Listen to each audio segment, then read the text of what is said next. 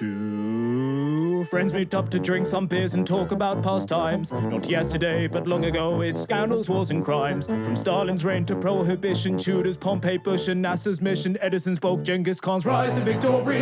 Forget your old teacher, it's time for Pint-Sized History. Hi there, and welcome to Pint-Sized History. I'm Joe. And I'm Zach. And we're back for part 2 of the Korean War. And Zach has left us on a cliffhanger of literally reaching the war. And now we get to enjoy... Well, enjoy is the wrong words, but we get to enjoy the bloodshed. Yeah. we get to mesmerize ourselves over the killings and the brutality. We get to listen in and find out a lot about the stuff. And like I say, said in the last episode, I feel like I know virtually none of this. I mean, I know... You do now. I do now, and I'm learning more and more. Part 1 of everything. I learned that Kim Il-sung? Kim Il-sung. Is an interesting individual, according to Zach. I don't think he's that interesting, but apparently he's very interesting. You're flirting with a dangerous line, Joe. Like I said before, they novichoked someone in Disneyland, and you're out here saying that Kim Il-sung is not an impressive guy. North Korea, I think Kim Il-sung is potentially the most impressive man ever. Nice. And his grandson, whew, what a legend. Great haircut. Great haircut. Yeah. Little fat boy, as Trump calls him. Trump called him. He called him little fat boy? What did he call him? Fat man or something? Or Rocket Man? He called him Rocket Man, but then he also called him fat, I think. Which is extremely... Little Rocket Fat Man. Which is really rude from Trump, like, considering, it's not like Trump's particularly skinny. Like, that is a bit outrageous. He is, though, 6'4" or something, right? So it's quite imposing. Doesn't make him not fat. He has a coat button. Yeah, no. What would you have? That button's staying there, obviously. What button would I have? What button would you have? Sushi button. Sushi button? Maybe and here's something quite topical about Korea, a buldak ramen button. Well, I'd have a Crate Brewery beer with my button. And speaking of Crate Brewery beers, we're sponsored by Crate Brewery for this episode. Zach, what's the code? The code is, for these delicious beverages, Pint-Sized 15. That's PINTSIZED 15, not 50. Please buy some beers so that we can continue the sponsorship. That'd be great. They sent us 6 crates of beer, and I got through them in like a week. You only gave me 2. 5 crates, sorry. I was going to say. So you would have a sushi button? I would have a sushi button, yeah. Okay. Oh, you know what? There's so many things I'd love just on a dime. A beer button. A beer button would be nice, but then you're not drinking while you're on the job. A packet of crisps button. You can have a drink after the job, but you're not drinking. A packet of crisps. Crisps would be nice. A salmon sashimi button. How about sausage rolls? If you're getting a button, you're not going to go for sausage rolls, though, right? The button's there, so it's going to no use if you don't use it for something. Oh, really? Yeah, they're not going to get rid of the button from underneath the White House desk. They're going to keep it there, so you better have something that you want. Right, so we're in Korea. For part 1, we talked about the end of Japanese rule. It's split by the Americans and Soviets, and then like the 2 strands, the 2 nations, South Korea and North Korea. We have North Korea under the rule of Kim Il-sung, a communist dictator who started this cult personality, which only really became super popular about 15 years ago, and 10 years ago when Vice started doing documentaries on it and stuff like that. Yeah. It was like the 2010s where everyone just got super obsessed with Well, John it is Moon. a very interesting place. Sure, it might have been more in the popular culture after I guess the Dennis Rodman back in the 90s. Yeah, I was right? going to say, it's not like North Korea was like an unknown place. Like, people did talk about how weird it was there. Obviously, there was less information about the place, but it's not like they didn't know about it. Yeah, no, fair. And then South Korea, ruled by Syngman Rhee, this democratic dictator with quotation marks, who's essentially doing everything possible to smash communism if it exists or it doesn't exist, and it probably does, but just not to the extent that we think it does. Yeah. That's quite like revisionist history, for me to think that it doesn't exist. I've got no real reason to think that the communist uprisings weren't as big a thing as he made them out to be. But my thought process is that if you take away our Western media skew and our objectivity, which is difficult to do. It handily serves as a good excuse for fighting North Korea, that we're battling communism and they're everywhere and we got to smoke them out and liquidate them. Yeah. So I'd say it's probably not as big a deal, but I haven't conducted the research, and anyone that has can probably fill me in better than I can. They're not listening to this. They listen to the first bit, like, what the fuck is this shit? What are these clowns talking about? And the Chinese and Soviets give their express support to Kim Il-sung, Kim become the son, to embark on this unification of Korea and smoke the South Koreans and win the war and unify the 2 countries and root out democracy and capitalism.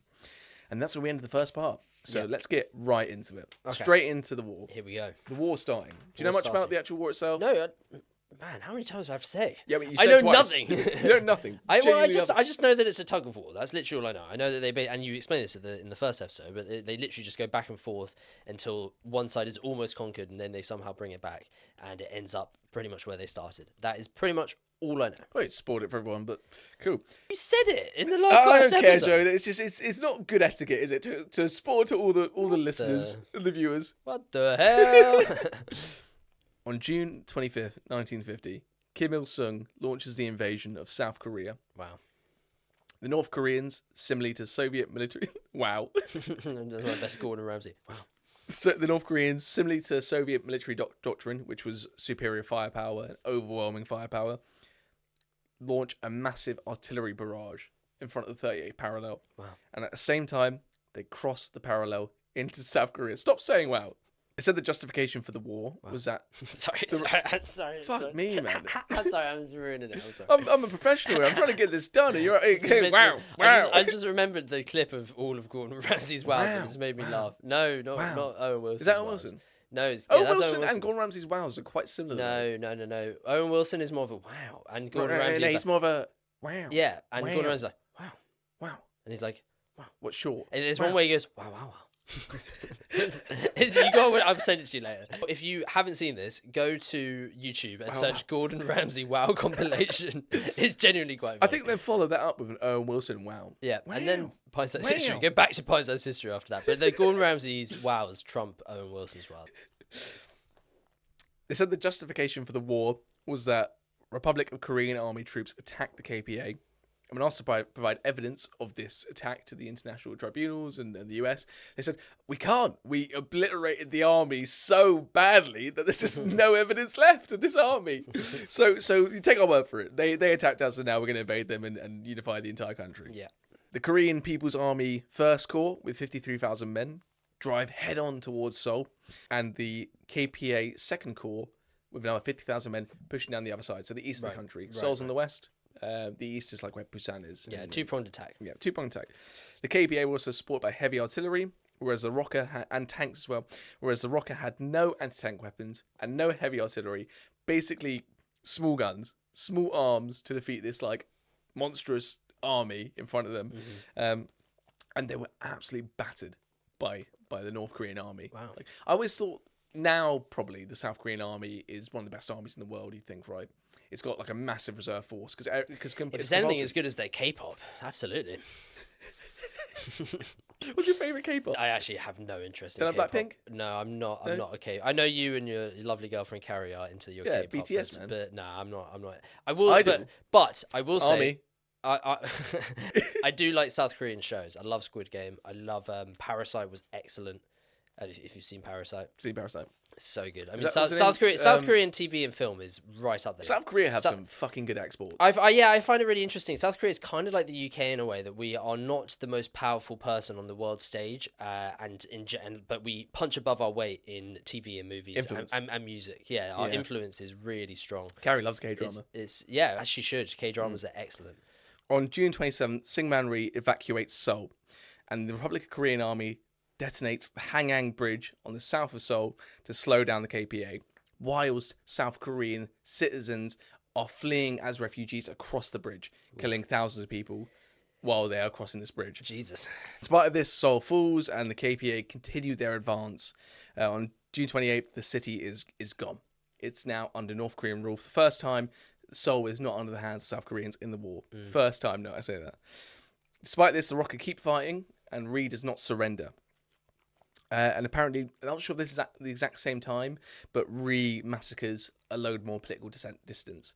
So basically, in their evacuation south, just goes that anyone who's suspected of it, you're done, you're dead. Suspected of it, Yeah, Jesus. and kills thousands of people, basically. Somewhere between, apparently, the Bodoley Massacre, 60,000, so not just at the Bodoley Massacre, I think in total, 60,000 to 200,000 apparent communist sympathisers are killed because of their apparent leanings. And this was apparently covered up by the South Korean government for 4 decades until the 1980s, where they decided to launch a committee, or 1990s, they launched a commission to figure out the war crimes committed by the South Korean government during the war. So this is something that all Koreans are taught about, and it's pretty horrible. So the Rocket then pulls south of below basically the North Korean army pushes in quickly. They push the Republic of Korean army all the way back to Busan, or Busan as we call it in England. It's Busan in Korean, and they push them back to this like 230-mile long kilometer line just outside Pyongyang. It's called the Busan perimeter. Okay. And this is where it's a pocket in the southeast of Korea where all the troops of like the UN and South Korean nations are now it's their last stand, basically. Right. So they're involved at this point. I thought that they got Not yet. No, the UN aren't in the Busan perimeter yet, but there's a couple of US divisions there. Right. Okay. So not by any means a large army, maybe just enough to withstand the pressure, and they're going to hold basically the line until they get reinforcements coming in. So President Truman's caught slipping. He's really concerned about security in Europe rather than what? President Truman's caught lacking. He's caught lacking, man. He's caught lacking. He was really concerned with Yugoslavia. So he was really concerned with Yugoslavia and Tiso falling to Soviet influence. Mate, what an idiot. So cares more about that. So he's not got even in his mind right now that this could be a thing, or there's going to be a war. The Soviets right now are literally on the borders in Germany, in East Germany. There's tanks on not tanks on the borders yet, but like East Germany, West Berlin, East Berlin. They're basically pointing guns at each other essentially. So he's got bigger problems than Korea in the middle of nowhere, which he doesn't care about. Yeah. But they quickly come under the impression that if they let Korea fall, it could lead to a disastrous chain of events that could lead to World War III. And I imagine that would mean like the fall of Japan, the fall of Taiwan. Well, that's the worry, isn't it? It's like if all these countries were to go willingly, and that's kind of the same argument that people have with Ukraine. Is like, sure, it's South Korea, it's in the middle of nowhere. In the minds of Americans or Europeans or whatever, why is it important? Why should we spend our money there? Why should we put people in the ground? But the worry is often that. What next? Yeah, if they win there easily, what next? Where does the Soviets put their power into next? And if Japan were to fall, that would be so bad because they would lose all of their influence in that region, and they need influence. I think that's why it really aggravates me when I read online on social media about people talking about like, it's Ukraine, why are we there? Yeah, I mean, you just said that, but like, why are we involved there?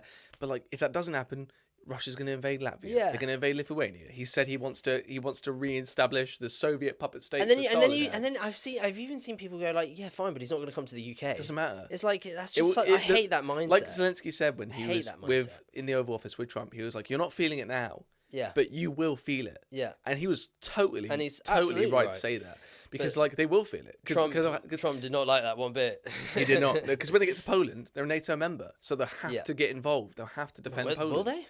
Poland's a pretty strong army. I think we talked about this recently, but well, no, I was just going to say it that we're not pint-sized politics, but Trump is clearly not as big a fan of NATO as every president has been before. So I don't actually think there's a guarantee. Which is a damn shame. I don't think there's a guarantee that Trump would back Poland. The EU would, and we would. Yeah. But and probably Canada, but I don't think the US would.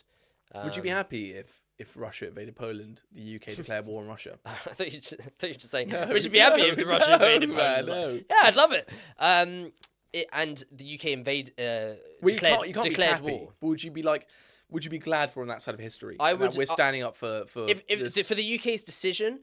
I don't think it would make me happy or sad. I think I would just be worried. Get drafted. Not for me personally, but I just think that will affect everything in the country. Even if it's not me that's getting drafted, it's the society. I'll be your chucking friends. white flowers at you when you won't go to war. Yeah, I would be really worried. But I do think if Poland were to be invaded by we're actually just fully going pint-sized politics now. But I do think if Russia were to invade Poland, the UK would have to do more. We have to. At least more than what we're doing right now. Yeah, we get drafted for sure as well. And that would mean you and me on the front lines. We're the exact age, because typically in war, I don't know why I'm looking at the camera, but in war, armies don't like enlisting and drafting young men. Yeah, this has changed. The mindset has changed. Yeah. They no longer want teenagers and young men because they're so crucial to the workforce. So instead, the mindset of conscription and who you would bring to a front line first above anyone else is now older men. Yeah, 26 to 32 or something like that. Yeah, and if you don't know our ages, which you might not because we haven't disclosed it much, me and Zach are both 29. 29? About to be 30. So we are right in that mix of ages. So that was a New Girl reference, by the way, if you didn't get that. Okay. Cool. That's Korea. So they're scared that after Korea, Japan's going to fall next communist state, and they saw Japan as the counterweight to China and Soviet Union. So because of the proximity to Japan, they're like, literally just because of Japan, they're like, we got to act. We got to do something. We can't let a neighbor to Japan be a communist state. Yeah. So at the time of the fall of Seoul, the Soviet Union communicated to the US that it wouldn't move against the US if it put forces in Korea, which is pretty crazy. Like there was a communique where they were just like, yeah, you can get involved here. You can put troops on the ground. That's fine. We won't put the Red Army in there. Yeah. It's okay. But he didn't say anything about China. Here comes China. Classic China. So horns. The China train. So when the North Koreans invade South Korea, the UN condemns the invasion and they pass Resolution 82, which recognised the invasion as illegal. Soviet Union boycotts it, but the UN agreed to provide military assistance to the Republic of Korea. So it's not just a US thing; it's massively a US thing. Like basically 95% of it is the US. But there's also a good deal of substantial influence that the UN have had. And like they're giving money and troops on the ground. We'll get to it in a second. It's a question for you, Joe. So get ready. Stop getting those brain cogs twirling. It's ready to go, brother. But before that, on June 27th, Truman orders US air and naval forces to help after the invasion. And US industries are mobilized to help support and supply the war. Here come the Yanks. They attain congressional support for approximately $12 billion of military action, which is how much today? $12 billion? 12 billion in 70 years ago? Ooh, a lot. Over 100? Yeah, 157 billion. So well done. 157. But at this point, the US Army is not the same as it was in World War II. In World War II, it had 12 million men or something, and now it's got like 2 million at most. And let's be real, if you were fought in World War II as an American and you came back to the country, you're not staying. Get me out of there. Yeah, I'm not doing that again. Like especially if you're in the Pacific as well, you're like, fuck that. That was horrible. So I'm not surprised that they're. Obviously it's going to always drop after a World War. Like, why would they have so many men anyway? But point being, not many are going to actually want to stick around. Yeah. So Truman orders General Douglas MacArthur to begin supporting South Korean troops. Do you know who he is? Douglas MacArthur. Yeah. He was the. I'll probably get this wrong. I don't know if he was the head of the Navy, but basically he was what Eisenhower was in Europe, but in bang on the money in the Pacific during World War II. And Douglas MacArthur is an interesting and dodgy guy, but you will actually probably seen a photo of him if you don't know, because one of the most iconic photos ever is the photo of after the bombs are dropped on Nagasaki and Hiroshima. He specifically makes sure that he takes a photo with Hirohito, because in Japan, kind of similar to Korea and their love of their dictators, Japan had this belief that the emperor was a descendant from God, and therefore they had him in this divine light and he could do no wrong. So what MacArthur wanted to do when he met him was to humanize him, have this tall American stand next to this quite weedy, small Japanese man. I tell you. And look, Hirohito's my guy. Hirohito's got one of the goated names, man. He's Hirohito. That's such a cool name. I love the name Hirohito. We know you love his name. Literally search it up. Search up MacArthur Hirohito. It's literally just the two of them standing next to each other, and it's incredibly important because it's kind of to I guess unbrainwash Japan into believing that this so dramatically. No, totally right. And so that's who it is. And so at this point, he's now the head of the military. He was the supreme commander of the Pacific Forces in World War II. Yeah. So he was responsible for the island hopping campaign, and he's very used to this side. So a very important man. Very important. He's like he was Eisenhower. Absolutely the perfect person for this job, which is pushing into similar terrain and climates as the islands, and jumping into Korea. And a lot of it will be like Marine and Navy led and stuff like that. Truman likens the aggression of the North Koreans to that of Hitler at the start of World War II.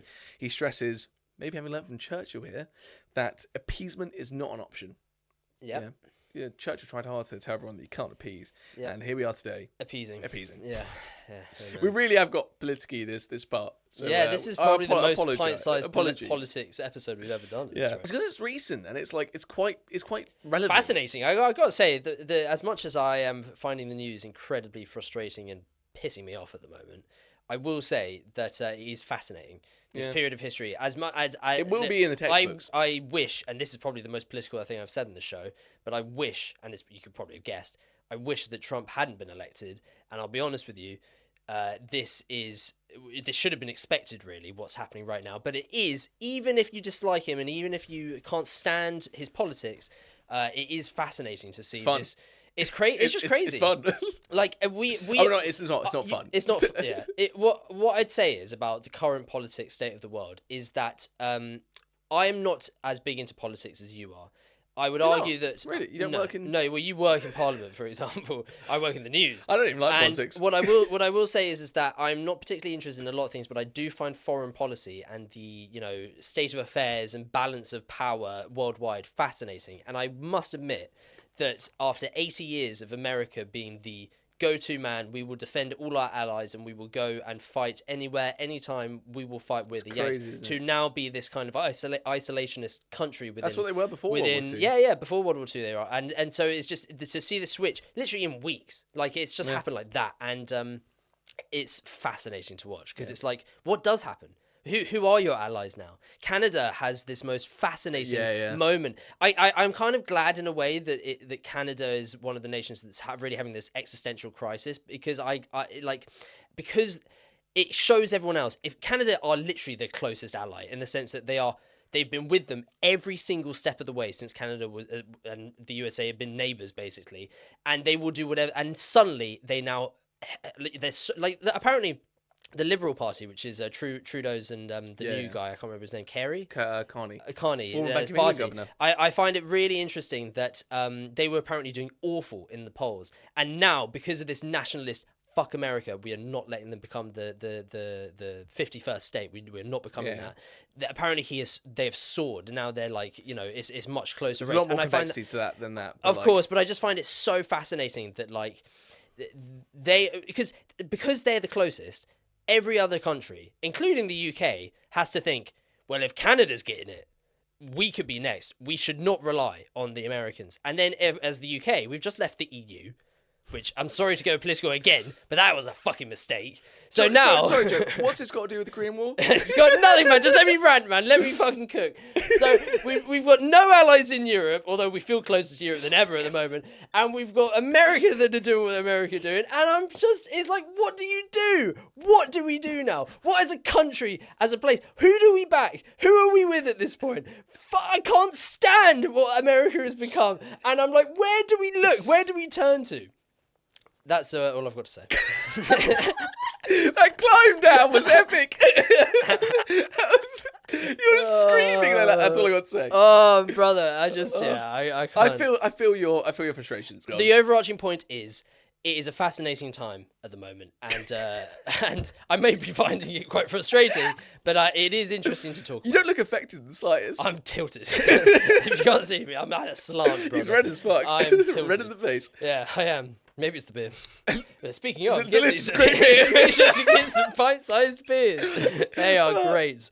The colour of it is beautiful in that glass, I got to say. I agree, man. And you should have that too if you bought one. Yeah. So pint-sized 15. Anyway. Back to the Korean War. Mm-hmm. So the US have decided to join and start mobilising and support the South Koreans. Whilst the US are mobilising, the North Koreans are winning battle after battle. They have an engagement with some US troops stationed in South Korea, the Battle of Osan, which is like a reservist group there stationed there, just like as they have places stationed all over the world, the US. The KPA captured Pyeongtaek, Chonan, Chochiwon, before capturing Taejon at the Battle of Taejon. I'm probably pronouncing these names terribly.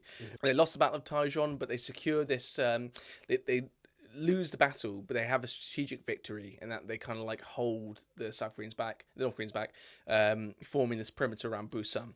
So the Republic of Korean Army and the US troops they have there, the limited amount of troops they have there, have formed this perimeter, 230-kilometer perimeter around Busan. This is my quiz question, Joe. I've come back to it. Oh, finally, here we go. So, Joe, the United Nations Command is established in 1950 for the Korean War. Mm-hmm. Can you tell me which 16 countries helped the war effort in the Korean War? 2 of them are no longer part of the United Nations Command. Okay, hold on, that's really broad. What do you mean by helped? Troops on the ground. Oh, so literally troops fighting. 16 nations. Okay. If you can go in numerical order, that would be even more impressive. Numerical 1. order? USA? Yeah. 2. Japan? No. But are they in there? Are they in this? Oh, they count it separately. They've just been conquered. It's World War II. They're demilitarized. Oh, of course. Right. I thought, yeah, okay. So 2. The UK? Yes, the UK, yeah. Okay. 3. I wouldn't have thought our influence was that big. 3, Never another talk Commonwealth neighbour. about it. Oh, Commonwealth. So Canada? Yep, So I've got USA, UK, Yep. Canada, Yep. Australia, yep, France, obviously. yep. Gotta 13th. Got to be France. They're not pissing about. I was going to say West Germany, but surely not. They need to chill. No Germany. There's no way West Germany's getting involved. There's no German troops here. Okay. So you've got first, Portugal. second. Go on, give me a bit of Portugal. Nope. Norway? Nope. There are many Europeans. There's a good few, but Oh, well, Italy. no. Also a victim of the Second World War. Oh, yeah. Not a victim, They need to chill as Yeah, well. they gotta chill. I keep naming countries. An aggressor in the Second and they're World the War. ones that's like, look, we need troops, but like you guys can, Yeah, you guys can chill. You're fine. Germany, We don't need Germany, you. Japan, Italy. You guys You chill. guys are alright. The rest You're of you, fine. you're You're good. You're Yeah, good. the rest of you, come on, let's go. Okay, France, England, Belgium, Yep. Netherlands, Yep. Ireland. No, No. because Ireland hate getting involved in that shit. Famously. Wait, there's not many European countries left. Australia, New Zealand. Yep. A US sort of puppet state in Southeast Asia. Oh, what, like Philippines? Yep. Is there any I'm missing? I'll tell you the whole list. Okay, go on. Okay, literally putting troops on the ground. South Africa. Yeah, South Africa's one. Come on. In 1950, the United Nations Command is established for the Korean War. And as part of that, 16 countries joined the war effort to support the Korean army. Those 16 countries are, which you failed to guess, USA first. USA first, UK, Canada, Turkey, Australia, Turkey. Philippines, Thailand, Netherlands, Colombia, Greece, New Zealand, Ethiopia, France, Belgium, South Africa, Luxembourg. Luxembourg, okay. I didn't expect that. No, you didn't expect half of them. That's crazy. Back to Busan. Busan's now the second largest city in Korea. It's right on the southeast coast, so basically as close as you can get to Japan as possible. It's a vital port city and the last bastion of rocket and US resistance.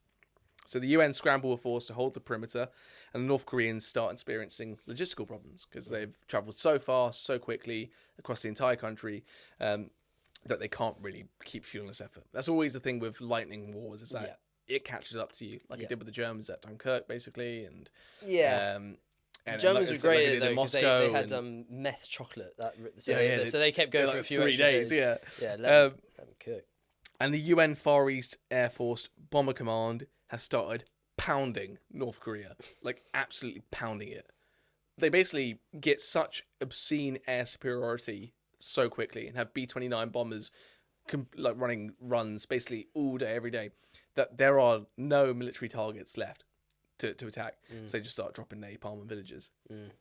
It's absolutely gruesome, but apparently what happens to North Korea, which is nowhere near the size of Germany, is worse in terms of bombings made from Air Force than what the Western Allies did to Germany in World War II. It's the whole country was rubble. So this is a much smaller country, and it's on that same scale, the same amount of ordnance. And in the Busan perimeter, the terrain is like rough, mountainous, it's really hard to fight in, and it makes movement really difficult. And the aim is to hold the line while the UN builds up its forces to launch a huge counteroffensive. The Americans start bringing in Shermans and Pershing tanks alongside rocket launchers, artillery, AA, close air support, new jet-powered F-50s and F-54s, B-29 bombers. And they start wreaking havoc on North Korean armies. The army was also slowly bolstered by a British Commonwealth Brigade, and the rocket starts to swell its ranks too as people from Busan start joining as reservists and volunteers. The North Koreans worried. They can see the build-up happening, and they're like, we've got to stop this. So they try to conduct a double envelopment of the UN forces and drive towards Masan and Pohang. By September 12th, the KPA forces lost almost half their men in the push, and they're driven back essentially. The battle was for the Busan perimeter is like the big battle that happens this time. Right. And it wasn't just one battle, it was a battle, it was like a series of large scale battles that happened all across this 230 kilometer front. But then the UN begin outnumbering the KPA and they start pushing them back a little bit. Kim Il-sung orders his army to complete the war by September 1st, which leads to the Great Nakhtong Offensive, but the offensive ends on September the 15th after the KPA lose all their army and basically start getting decimated. So here is the eureka moment of the Korean War. On the 10th of September, the US X Corps land at Incheon, which is a South Korean port city just bordering Seoul. It's the closest port to Seoul. They land with 40,000 men, the 1st Marine Division, 7th Infantry Division, and 8,600 rocket soldiers. And they, in 2 days, push all the way through Seoul and cut off, basically, their aim is to cut off the North Koreans, because North Koreans are all at the south of the country now, and Seoul is near the north of South Korea. So they're basically trying to pincer them and get them stuck in this this huge pocket below Seoul and above Busan. But the KPA start withdrawing because they're aware of that. They tactically withdraw and they leave Busan. They go back across the 38th parallel. And on September 16th, the UN forces push from the Busan perimeter at the same time. So it's basically 2 spearheads coming, one from Seoul and Incheon, and one from Busan. And they're trying to meet and cut off the North Korean army. But North Koreans have just hightailed it and got out. I imagine with intense casualties at the same time. Yeah, you'd imagine. On 25th September, Seoul is recaptured, and on 29th September, Ri's government is reinstated in South Korea. On the 30th September, Chinese Foreign Minister Zhu Enlai warned the UN forces that if they crossed the 38th parallel, it would threaten Chinese involvement in the war. Regardless of that, Douglas MacArthur decides to send X-Corps above the 38th parallel into Pyongyang. He demands KPA surrender. They don't do it. They capture Pyongyang and they take 135,000 prisoners of war. KPA is gone. KPA is defeated. There's basically no North Korean army left. Yeah, I was going to say, it's so funny that like they are defeated, yet the war continues, because this is what happens with proxy wars. Even if your army's defeated, the people that are the Chinese volunteers coming over, oh shit, we need to save them, so they end up fighting instead of you. Yeah, so they push them all the way back to the Chinese border. Yeah, and the Chinese are like, we can't do that. To be fair, and you kind of like, if that was us, we would be, because it's like NATO. You don't know how far they're going to go. Maybe the Americans are bloodlust, and the Americans are like incredibly hawkish and aggressive. Yeah, so like, why wouldn't you think that maybe they might even go into China? So I actually do get it. And Douglas MacArthur, in his rhetoric, is anti-China as hell. Really? Like, he wants to nuke China, basically. Oof. Like, not yet. When the Chinese get involved in the war, he's like, no. This war can't end. We've got to invade China. We've got to invade North Korea. We've got to invade China. We've got to nuke China. Yeah. We have to defeat the Russians. He's power hungry, gone mad with just bloodlust. And the Americans push all the way up to the Yalu River. The Yalu, I think, maybe Yalu. Yalu sounds more correct, but I think Yalu is what's written as anyway. And the Chinese side, this is the backstop for their intervention. And if you come near that, we're going in. But it doesn't matter anyway. Even though they're getting near, they don't wait for the Americans to withdraw. And on 25th of October, the Chinese People's Volunteer Army, the CPVA, enter the war with Soviet Air Force providing air cover. Because that was part of the conditions of the Chinese getting in, was that they would join the war if they had Soviet equipment, Soviet training, Soviet pilots. There were actually, so in the Soviet Air Force, because they didn't want the Americans to see that they were Russians in the war, or not Russians, Soviets in the war against the US. They dressed up in Chinese uniforms and fought undercover as Chinese pilots, basically, which is insane. So they're basically dogfighting. First, like, jet-powered dogfights that happened were between Soviets and Americans, with Soviets dressed up in Chinese outfits, basically. And it's crazy that we get to this point where China, the US, the Soviet Union, and North and South Korea are in a war, and it doesn't blow over to World War III, right? Like, it's insane. So the Chinese went to the war, and you're looking very relaxed there. I've got to say, you got your arms a bit outstretched. I'm chilling, man. Is that because the Chinese went to the war now, and you can relax? Yeah, thank God. I was worried before. I was like, fuck, they might actually lose this war. Yeah. But thankfully, Chairman Mao's got his head screwed on. Yeah. He's not doing this. I think he's got his head screwed on. He's going in. So the Chinese are in the war, and they're fighting well. They're really good. Basically, it's the depths of winter at this point in time, and the US Army are completely exhausted. The 8th Army, which is like the main army involved in this, are dilapidated. They have no winter clothes, and it's really cold in North Korean winter. Right, super cold. I can it's close to Siberia, isn't it? Yeah. I can imagine it's horrible. Yeah, so 300,000 Chinese troops cross the border to take on the 100,000 beleaguered American troops at this point in time, and they start defeating the Americans and the South Koreans basically at every battle. They defeat the Rocker at the Battle of Onjong. They encircle and attack the US 8th Cavalry Regiment at the Battle of Unsan, and inflict heavy losses on the US 2nd Infantry Division at the Battle of Cheongcheon River. Battle what? That doesn't sound right. And the US decided to retreat and cross back over to the 38th parallel. They're like, shit, we gotta get out of here. So that's what's happening in the West. Right. And in the west of North Korea. And in the east of North Korea, the Chinese People's Volunteer Army, the PVA, are winning more battles. The battles of Chosin Reservoir. They force Mighty X-Corps to retreat. And the US just ramp up. They're like, we've got to send more forces. It's like swelling and swelling. Yeah. In December, the British Army evacuate Pyongyang. We did it. We're great at evacuating people out of places. Yeah, we had that experience.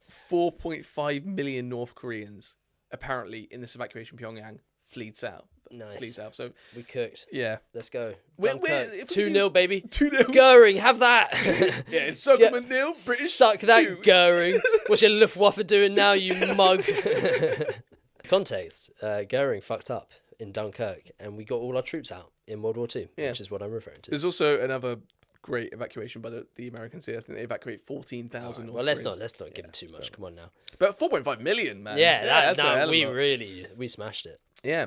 And on the 17th December, China basically decided, Kim Il-sung, you've gone to fight as far as you can. You've been a bit shit in this war. We're taking over command of the Korean People's Army. So the Korean People's Army is now the Chinese. That's fair. And you said this guy was impressive. I rest my case. The UN then presented a ceasefire to China at the Battle of Chongchon River, which is rejected by the People's Volunteers Army. They think they're invincible at this point. They just won like 4 battles on the trot. Yeah. So while the Americans and the UN were like, we'll stop here, 38th parallel, it's fine, we'll end the war. China, you proved it, you're pretty strong. China said no. And they launched the third phase offensive on New Year's Eve 1950. Following the retreat, they basically pushed the Americans all the way back behind Seoul again and capture Seoul for the second time on the 4th of January 1951, which is my birthday. So, Cool. So it's about like February 1951, and the Chinese have launched a massive offensive and taken Seoul, pushing the line basically of North Korea all the way down into South Korean territory, and the UN counterattack. And this is like Nice. This is the second counterattack. We've had the Chinese get involved. Hell yeah. They pushed the Americans all the way back from Seoul, so from the Chinese border to Seoul, and now the UN are attacking it. They're counterattacking back. We fancied our odds. We were like, let's cook. Yep. Here we go. So at this point in time, at the UN counterattack, there's about 1 million Americans fighting alongside 600,000 rocket troops, but there's also millions of Chinese and North Korean troops now in the fighting. But on 7th of March, the 8th Army now refueled, resupplied, reinforced, and revitalized. I actually did write that. I don't know why. I must have been drunk. Attack with Operation Ripper, recapture Seoul again. So the city's a ruin, and the pre-war population of 1.5 million in Seoul is down to 200,000. And the PVA are expending their supplies. They've taken so much ground so quickly. They've launched their offensives, and they were really far. They went from their border basically all the way to Seoul, and they're pretty exhausted. So they're starting to struggle with logistics. Yeah. Basically, all sides now are starting to slightly look for a way out. Yeah. Ceasefire negotiations, armistice negotiations are sort of beginning to like creep into the forefront of the mind now. Yeah, the conversation.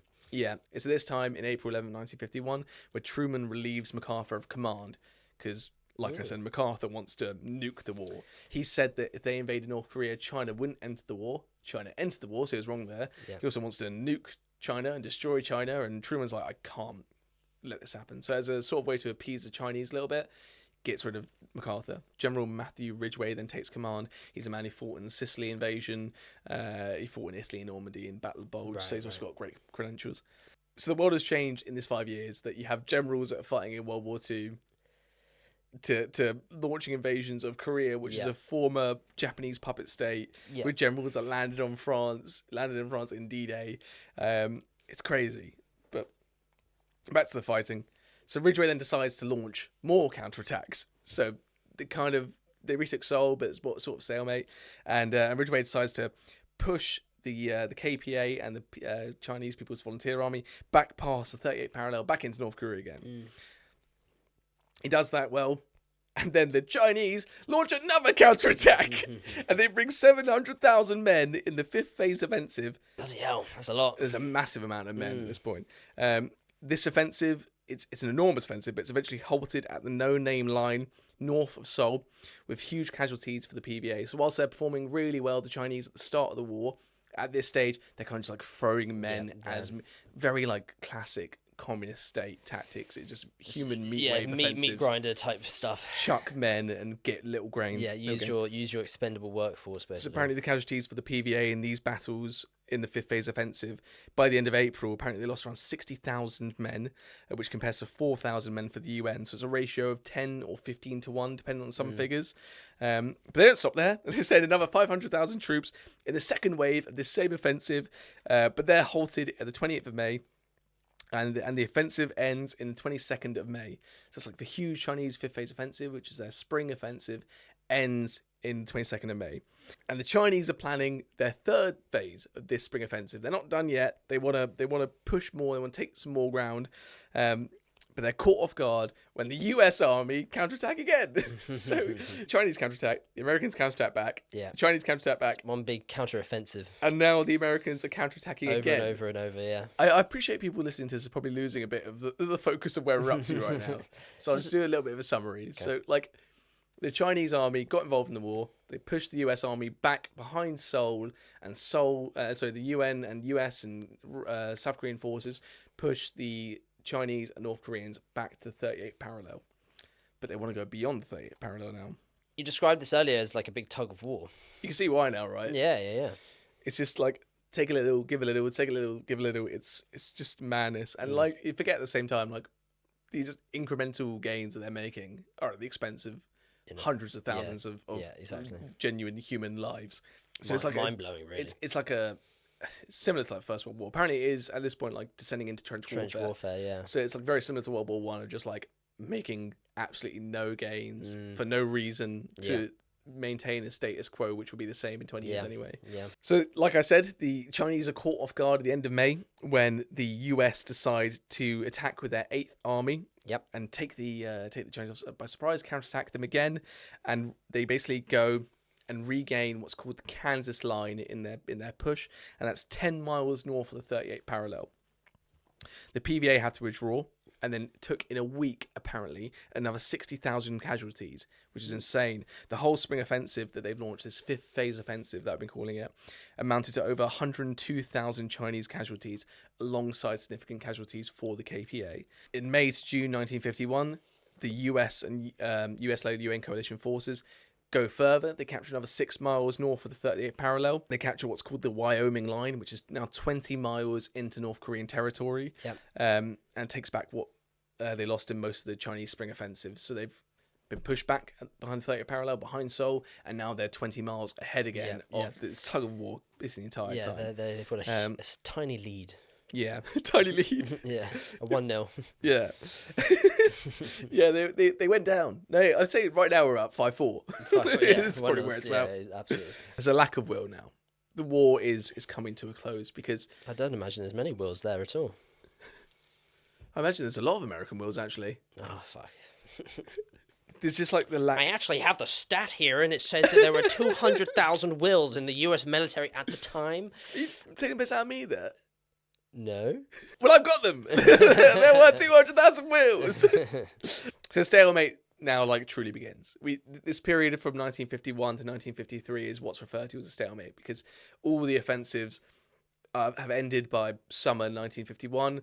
There's very little large-scale offensives that happen, but there's constant bickering in military speak on the line. So on the border, there's artillery barrages. There's still relentless bombing of North Korea and Chinese troops by the US Air Force. They've still got massive superiority. Kind of looking like the war's about to end. You thought I was done. The sixth offensive. The Chinese launch another offensive in late 1952. 5 million the troops. Sixth major offensive. No way. And the plan is to push the Allies back across the 38th parallel. They can't be in the Wyoming line, 20 miles north. They've got to be behind the line. It's heavy fighting until mid-November. The US lose 10,000 men and the Chinese 15,000. And while I would love to say the US counterattack, that doesn't happen. No, there's no more counterattack. That is the last one. That's the last one. China just had to have the last So word. there's been about 6 or 7 counterattacks. Tug of war. I keep saying tug of war, but like if you look, there's like interactive drawings of like the territories being controlled on like a map. Yeah. And you can see it's like blue, red, blue, red, blue, red. Yeah. It's crazy. Eisenhower then comes in as president in January 1953 and wants to put an end to the war.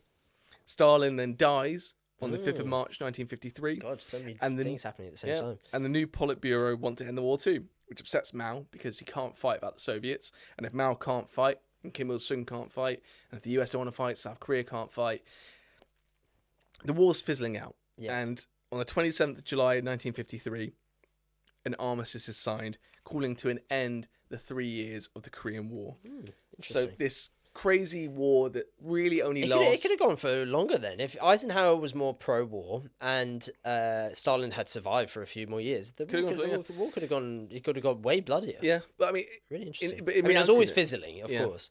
In reality, like, the war only lasted about a year. Like, it was a short war, but it was so brutal. Yeah. With like millions of people dying. Here's the craziest thing from this armistice negotiation.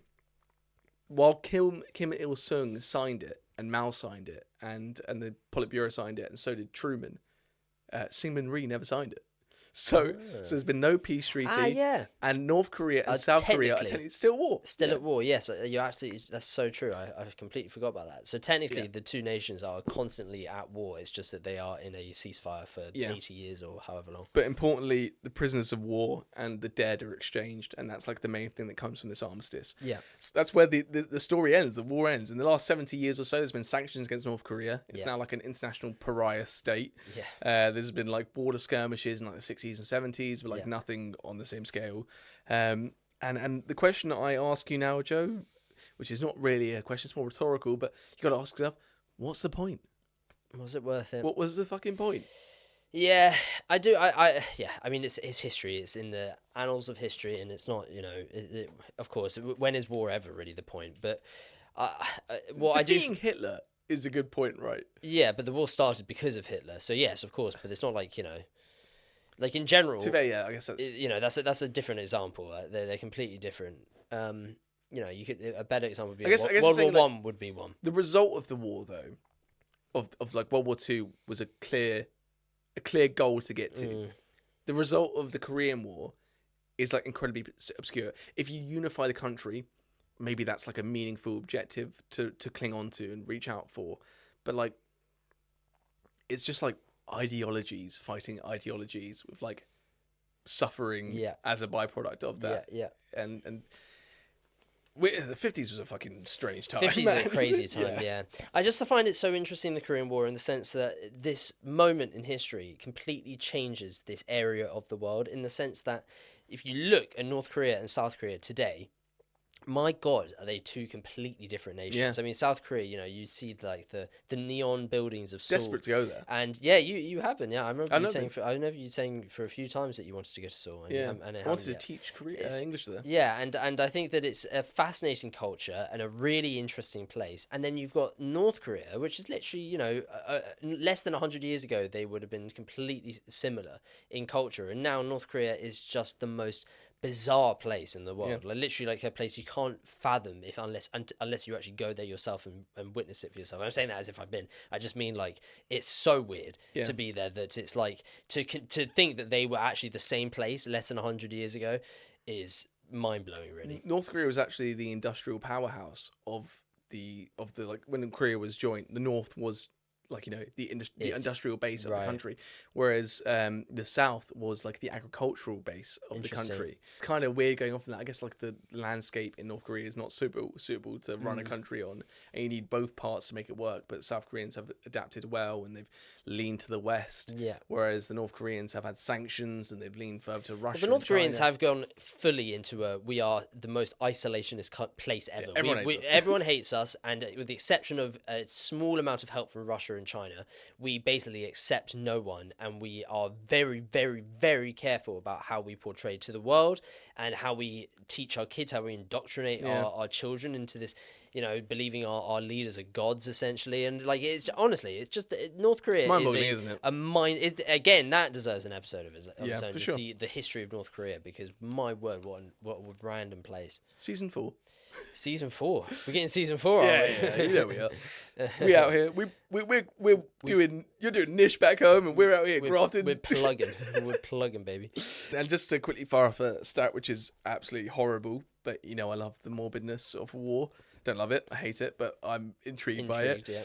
Almost 3 million civilians are killed It's the deadliest conflict of the Cold War era, with civilians being as high in the casualty list. Wait, ahead of Vietnam? Yeah.